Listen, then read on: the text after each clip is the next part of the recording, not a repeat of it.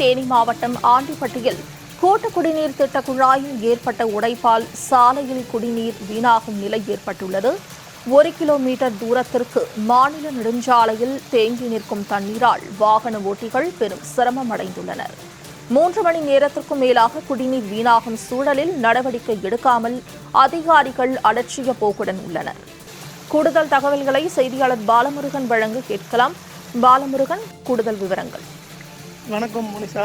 அதாவது தேனி மாவட்டம் ஆண்டிப்பட்டி அருகே வைகை அணையிலிருந்து 8 கிலோமீட்டர் தொலைவில் அமைந்துள்ள தேனி அரசு மருத்துவக் கல்லூரி மருத்துவமனைக்கு செல்லும் கூட்டு குடிநீர் திட்ட குழாயில் உடைப்பு ஏற்பட்டு வைகை அணையிலிருந்து காணாவிளக்கு செல்லும் சாலையில் 1 கிலோமீட்டர் தூரத்திற்கு குடிநீர் வீணாகி வருகிறது.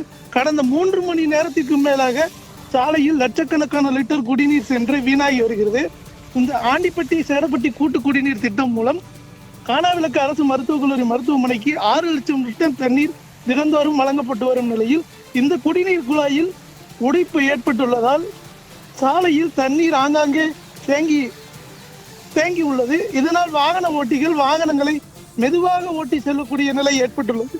மேலும் 3 மணி நேரத்திற்கு மேலாக உடைந்து வீணாக செல்லும் குடிநீரை அடைக்காமல் கூட்டு குடிநீர் திட்ட அதிகாரிகள் அலட்சியம் காட்டுவதாக கூறும் இப்பகுதி மக்கள் உடனடியாக சேதமடைந்து உடைப்பு ஏற்பட்ட குடிநீர் குழாயை சீரமைத்து குடிநீர் வீணாவதை தடுக்க வேண்டும் என கோரிக்கை விடுத்துள்ளனர்.